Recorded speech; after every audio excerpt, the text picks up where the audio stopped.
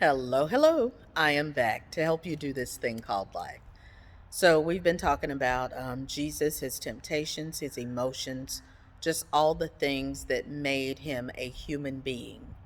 And we've been studying what it was that he did that helped him to win because he won every single solitary time. And we can't do anything about what's already happened in our past, but we can do everything in our power to handle the things that are in our present and in our future in a better way so that we win too. So, we've been examining his relationships, his responses to people, his responses to situations. And we've been in the 13th chapter for a while, the 13th chapter of John, and we're still there today. John 13, and I think it's verses 27 through 29. And in it, we talked yesterday about how Jesus told Judas, the thing that you're going to do, go ahead and do it quickly. Um, and the other disciples heard it, but in verses 28 and 29, it says that because Judas was the treasurer, they thought that Jesus was telling him to go buy some food or go give somebody some money or something like that. They didn't even know what it was that Jesus was talking about when he said, what you're going to do it quickly. There's a lesson in that for us. You see, Jesus had told just a couple verses earlier. John had asked who it was because Jesus told him that one of you is going to betray me. And Peter told John to ask him who it was. And John asked him. Jesus gave him the answer. But then I guess Jesus was just playing it so cool that they didn't even really know what was happening.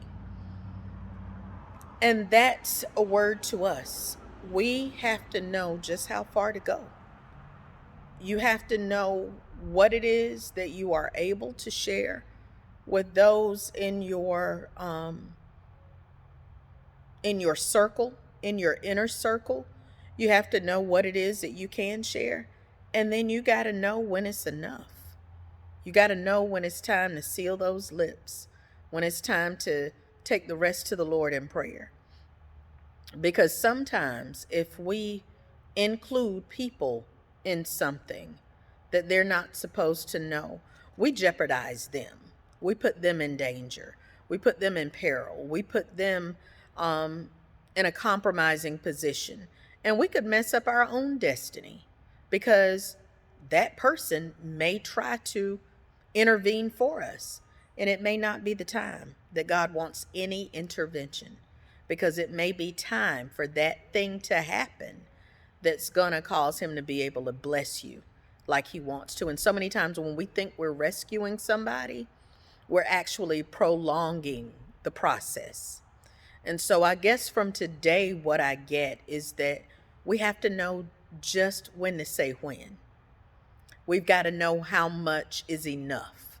And we've got to know when enough is enough. I can tell you this, but I can't tell you that. I can let you in on this, but I can't say that. And we have to know Jesus was a man of integrity. He was a man of standard.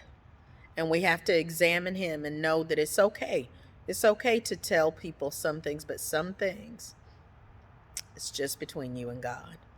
Sometimes you can only go so far. I feel like if they were supposed to catch it, they would have caught it because he put it out there. If they were supposed to catch it, they would have caught it. But we just got to, at the beginning and the end of every day, we've got to learn to trust God. We got to trust God. And when you can't say what you want to say to another human, when you can't involve someone, not because you don't even want to, but because God says, nah, don't say that. We got to observe what God is saying. We have to obey what God is saying and trust that he's got our best interest at heart always. He loves us better than we love ourselves, and he's going to do for us just what needs to be done. This has been One More Minute with Marcy. I'll be back tomorrow with another moment of momentum producing motivation. Until then, stay encouraged. And remember, you got to flutter before you can fly. But flying is in your future.